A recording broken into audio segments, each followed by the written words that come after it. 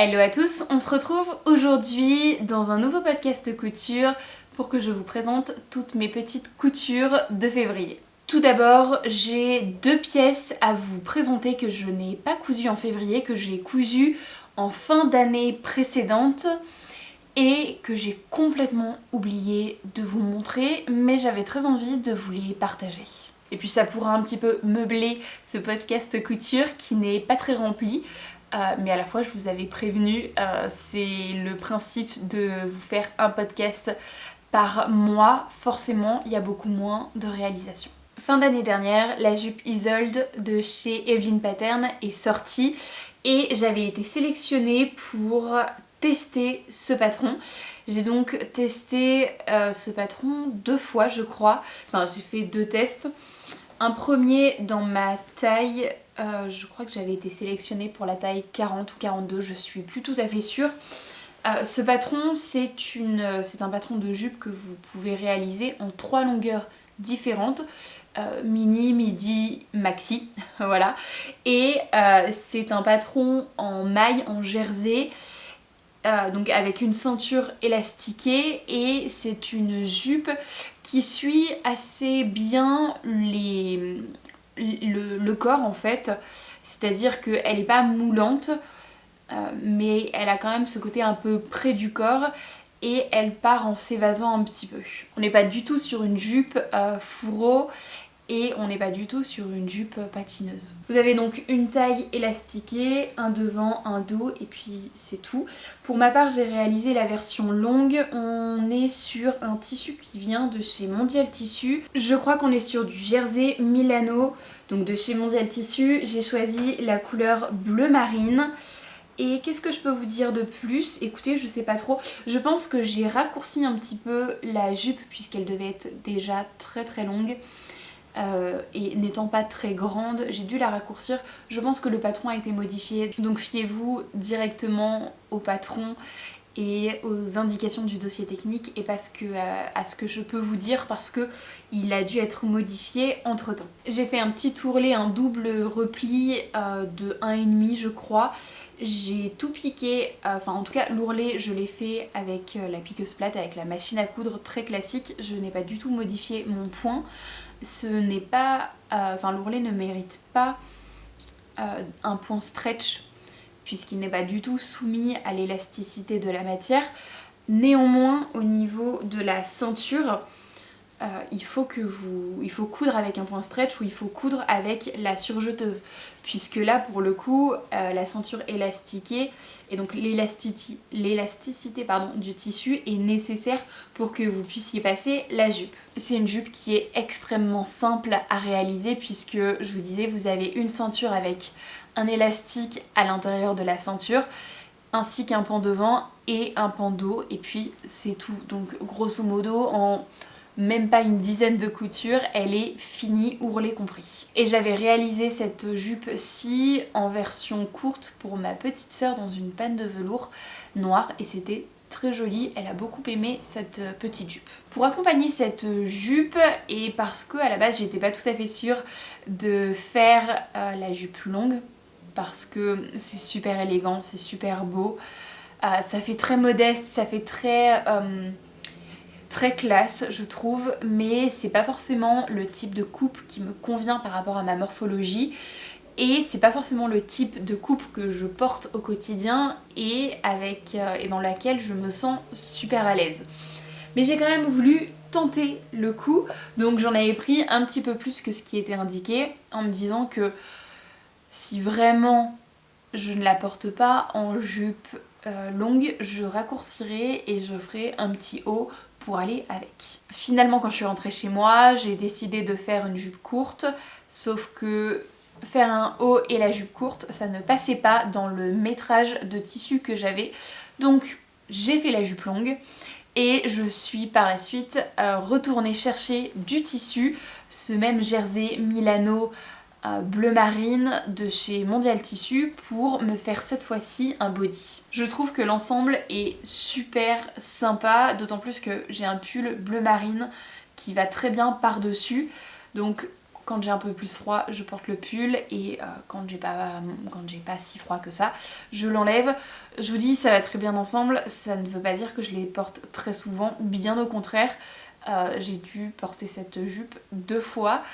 Vraiment au quotidien, c'est pas une pièce que je porte. Pour aller au travail, je ne peux pas porter de robe ou de jupe ou de vêtements trop précieux, on va dire, parce que je risquerais de les abîmer et ce serait dommage. Et du coup, les week-ends, je vous avoue que j'ai quand même besoin de confort et je favorise facilement un jean avec une blouse ou bien de temps en temps une jupe ou une robe, mais la jupe longue n'est pas mon premier choix. Mais je la garde, on sait jamais, ça peut être super sympa. Je vous disais donc, j'ai racheté du tissu et je me suis réalisé ce body. C'est un body col roulé, manches longues de la marque Comatia ou Comacia.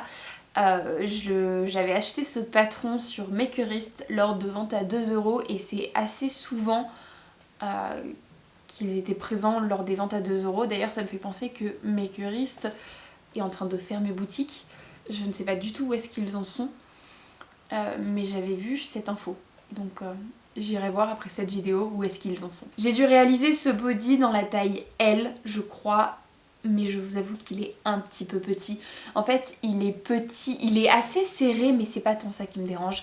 C'est plus le fait qu'au niveau de l'entrejambe, c'est trop petit et du coup les pressions ont tendance à partir. Alors au début j'avais utilisé des pressions à coudre, enfin j'avais cousu des pressions à coudre et vraiment ça tient pas, c'est un enfer.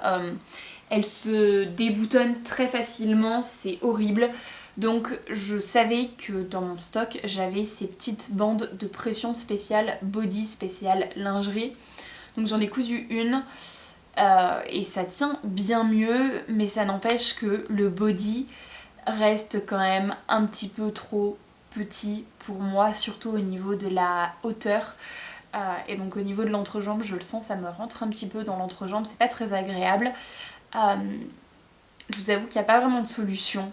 Enfin si, en fait, si, la solution, faudrait que je vois si j'ai encore un petit peu de tissu peut-être, ce serait de pourquoi pas rajouter une espèce de patte au milieu, au niveau de l'entrejambe, pour rajouter juste un tout petit peu de tissu ici, ça se verrait pas, donc ce serait pas choquant, pour rallonger cette partie-là, et ça rendrait le body plus agréable à porter.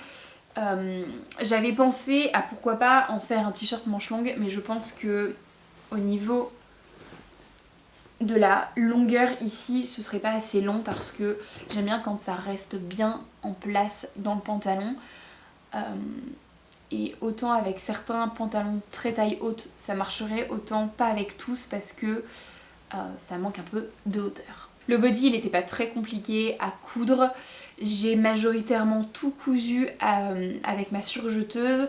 Je pense, si voilà, je pense que j'ai fait mon col avec ma machine à coudre classique, j'ai vraiment du mal.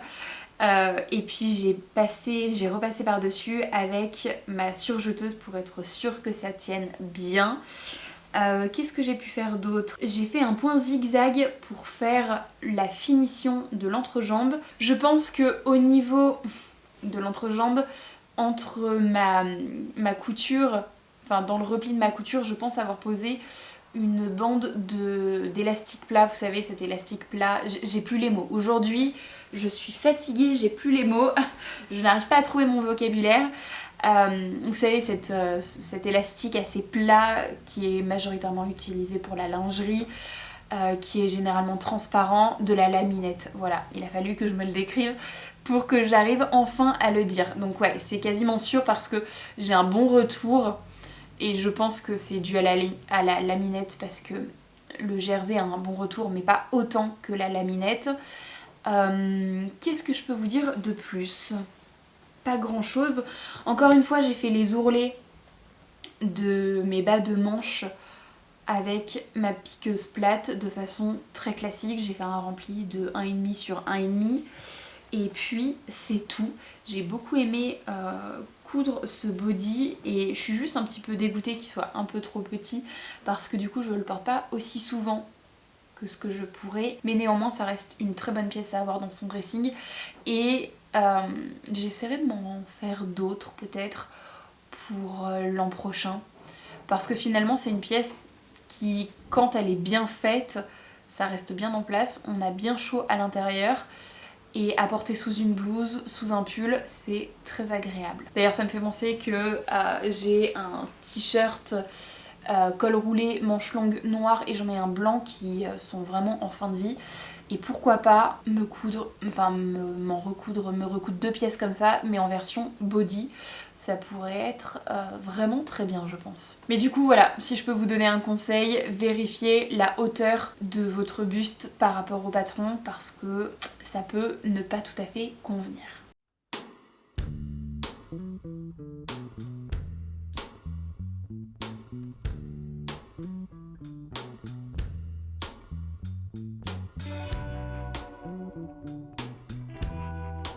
On peut maintenant passer au vif du sujet et aux 2 pièces que j'ai pu coudre. Ce mois-ci, je n'en ai cousu que 2.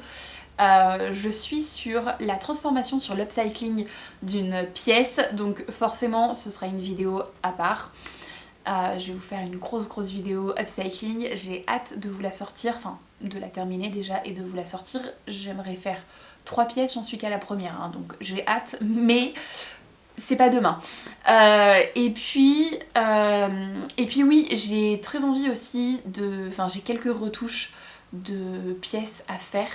Et donc je suis un petit peu sur le dossier également, puisque le printemps arrive tranquillement et que ce serait tellement dommage de ne pas porter ces jolies pièces parce que je ne les ai pas retouchées. D'ailleurs je vous en parle en fin de vidéo. Première pièce que j'ai cousue, il s'agit de ce très joli short que je porterai très certainement plus cet été, parce que je vous avoue que l'hiver je porte très peu de shorts. Quelques shorts en cuir, pourquoi pas, mais sinon pas tant. Mais pourtant ça peut être très sympa. Il s'agit de ce short-ci. Nous sommes sur California de chez Atelier Escamide. Vous savez, vous connaissez mon amour maintenant pour ce patron. Dans ce tissu, si vous vous souvenez, c'est une bengaline de chez Dries & que j'ai acheté en automne dernier, je crois. Et j'avais pour but de réaliser Mickey de Clématis Pattern. C'est fait. Je vous l'ai présenté le mois dernier. Et donc quand j'ai coupé mon patron, j'ai enchaîné avec la coupe de ce short pour être sûre que ce petit bout, ce petit métrage ne traîne pas des années et des années dans mon stock de tissu. Et puis finalement je suis assez contente puisque en plus de l'avoir coupé rapidement, je l'ai cousu rapidement. Et pourtant c'est pas du tout une pièce que je vais porter là maintenant, enfin actuellement je me vois pas, j'en ai pas envie. Mais cet été je serai très contente de l'avoir. Je n'ai réalisé aucune modification, les fonds de poche sont dans de la doublure noire que j'avais chez moi, voilà, on est vraiment sur une doublure synthétique, on n'est même pas sur un voile de coton, on est sur de la doublure synthétique. J'épuise au fur et à mesure mes mes chutes, mes fins de rouleau parce que j'en ai marre. Qu'est-ce que je peux vous dire? Je me suis amusée un petit peu avec les surpiqûres. Je ne les ai pas faites dans un fil épais noir parce que ça ne fonctionnait pas sur ma machine. Je les ai faites dans le même fil de couture. Voilà, écoutez, je n'ai pas grand chose de plus à vous dire. Si vous voulez être sûr que vos poches, que vos fonds de poche ne se voient pas, soit vous les cousez dans le même tissu, soit vous cousez votre entrée de poche un peu plus grande. Moi c'est ce que je fais, je la coupe toujours un peu plus grande que ce qui est prévu pour être sûr que les fonds de poche ne se voient pas parce que je trouve que c'est horrible. Je vous avoue que vu que ce n'est pas la première fois que j'ai cousu ce patron, alors déjà il s'agit de la taille 40 je crois. Je précise, aucune modification n'est faite hein, au niveau de la largeur des jambes, etc. Maintenant, je sais que la largeur des jambes telle qu'elle est me convient très bien. Et je ne peux même plus vous dire si le livret technique me convient ou pas au niveau des explications, puisque je ne le regarde plus. Voilà, mais ça c'est à force de coudre souvent les mêmes pièces ou les mêmes types de pièces, du type une chemise, sauf si je vois que elle a une particularité, des plis, des poches ou je ne sais quoi, et ben en fait je ne vais pas regarder le livret technique, je vais la coudre comme ça. C'est bête parce que du coup j'ai pas un retour super objectif et je n'apprends pas de nouvelles techniques de couture, mais je considère que ce que moi je fais fonctionne. Je connais, donc je n'ai pas besoin de plus. À tort peut-être, parfois.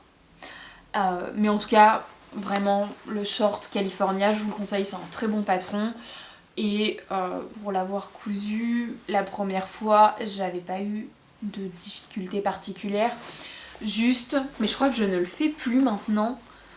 J'ai dû recouper la pièce pour qu'elle soit un petit peu plus petite. Au niveau de la rehausse, en fait, on est sur une couture rabattue. Ça n'a aucun sens, je trouve, puisqu'il n'y a que cette couture-ci qui est rabattue. Le reste, c'est cousu de façon très classique et je trouve ça dommage. Donc, je ne fais que des coutures classiques et je ne fais pas de couture rabattue au niveau de la rehausse.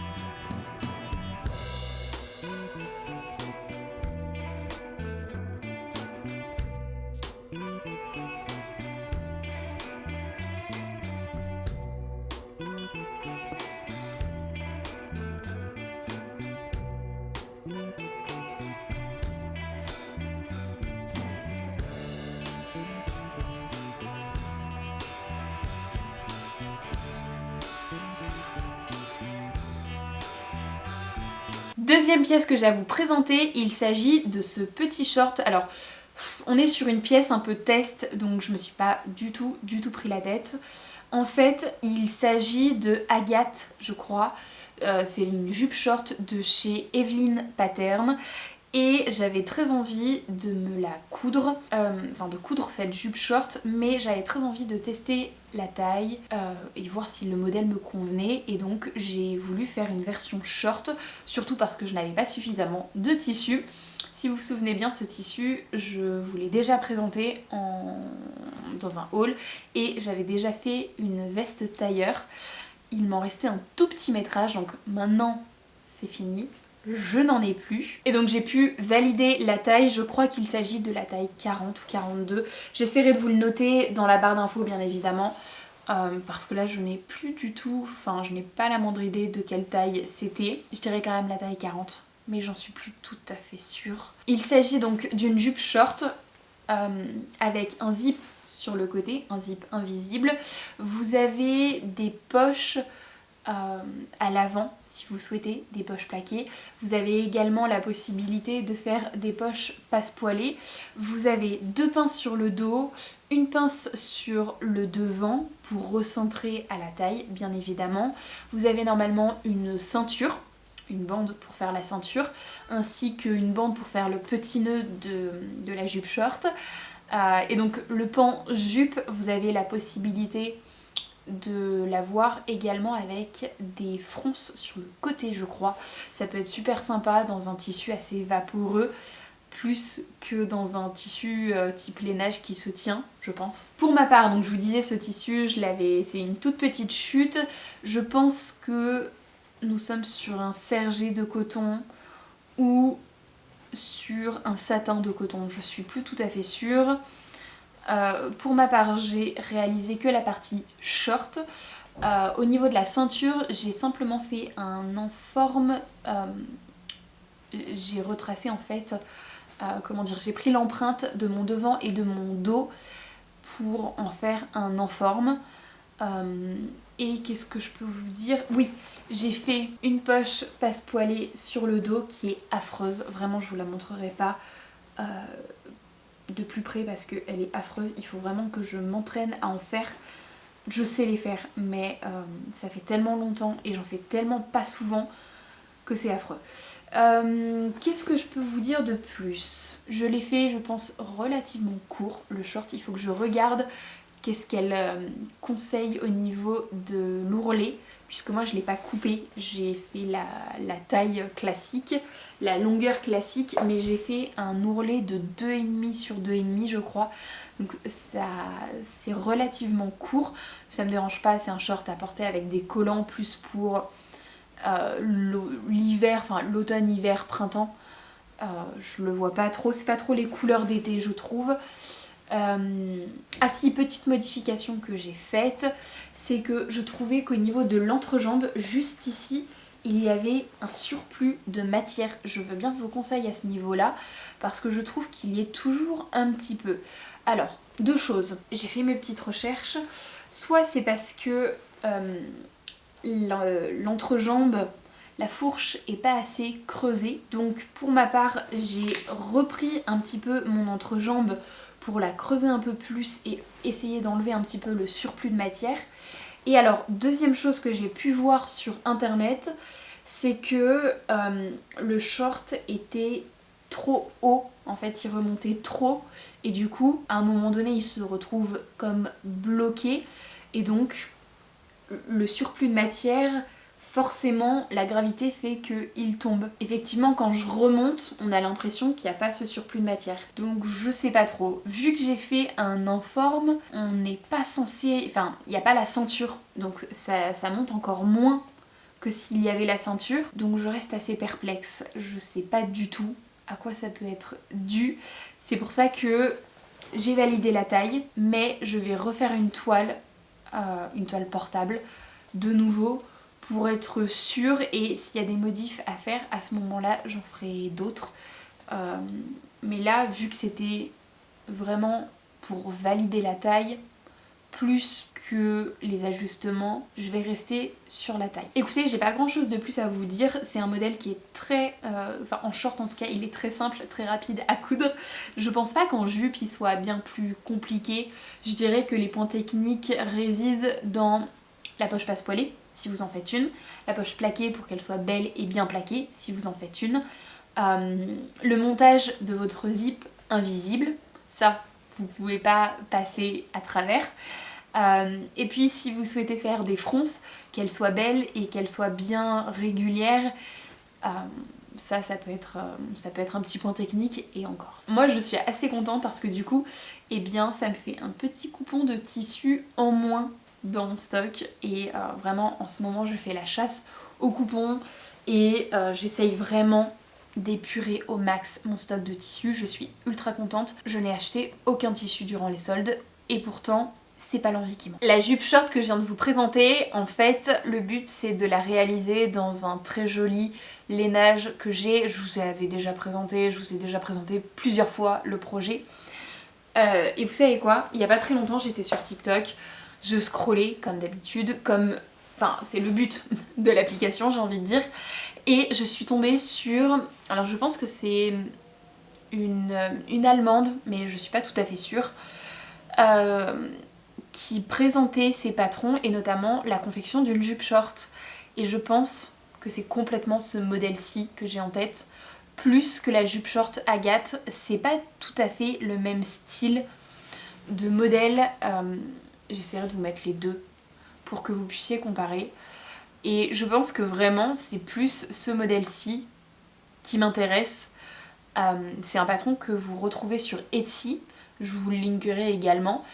Et ben écoutez, je pense que soit je pars quand même de Agathe pour modifier, ce qui serait complètement faisable, soit j'achète le patron. Je ne sais pas du tout, parce que en soi, quand je regarde, là je l'ai pile poil devant moi, le dessin technique, et c'est complètement faisable de partir de Agathe pour reproduire cet inspi, enfin ce patron-ci, dans le sens où là juste avec la version short, j'ai juste à rajouter, donc sans ceinture, j'ai juste à rajouter un pan qui vient et qui fait la jupe. Ouais, je sais pas, je vais peut-être faire ça. Parce que c'est dommage d'acheter un autre patron, et puis j'aime bien quand même mettre en valeur les créatrices françaises, mais j'ai pas envie non plus de laisser de côté d'autres créateurs. et créatrice, mais à force ça coûte cher d'avoir plein de patrons. Ça coûte cher les patrons à force. C'est normal, hein, je dis pas ça coûte cher en mode je dévalorise les patrons, c'est trop cher, machin, etc. Bien évidemment que non. Tout travail mérite salaire et si c'est vendu à ce prix-ci, à mon avis c'est le prix juste. C'est normal.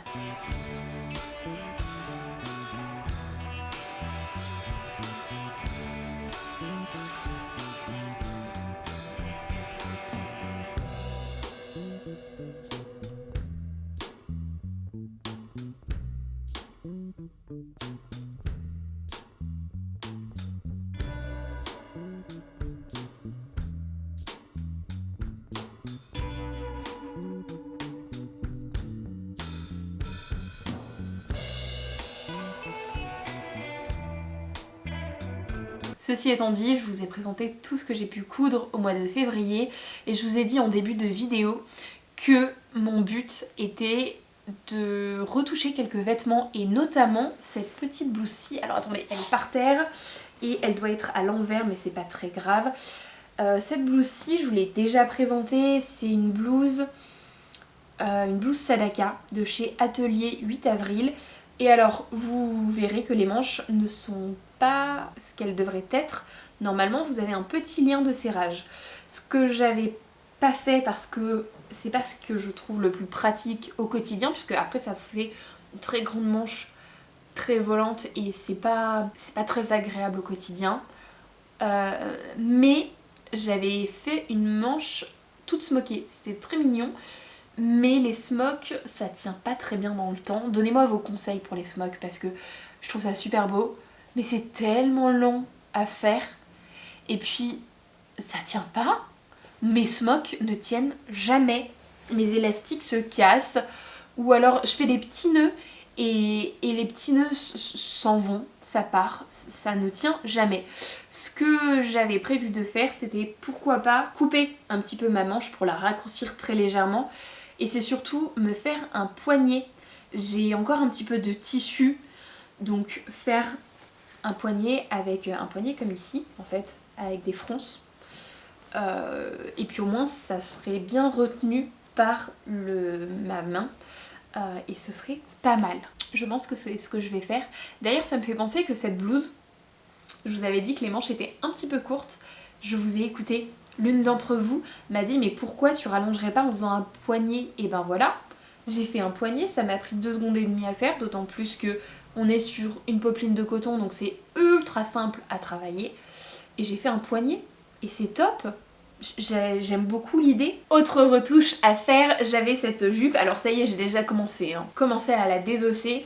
J'avais cette jupe donc avec une taille élastiquée et puis un volant tout froncé, sauf que sur les côtés ça partait en trapèze, c'était pas très joli en fait, ça me faisait des hanches très bizarres, enfin la forme était pas très saillante, donc ça y est j'ai mis des épingles et je vais pouvoir modifier de chaque côté, rogner un petit peu la partie haute de ma jupe et du coup ça me fera une partie un peu plus froncée au niveau du volant et ce sera très bien. Mais du coup j'ai déjà commencé, je l'avais cousu l'été passé et je ne l'ai pas porté à cause de ça. Et ben maintenant je n'aurai plus trop d'excuses pour ne pas la porter.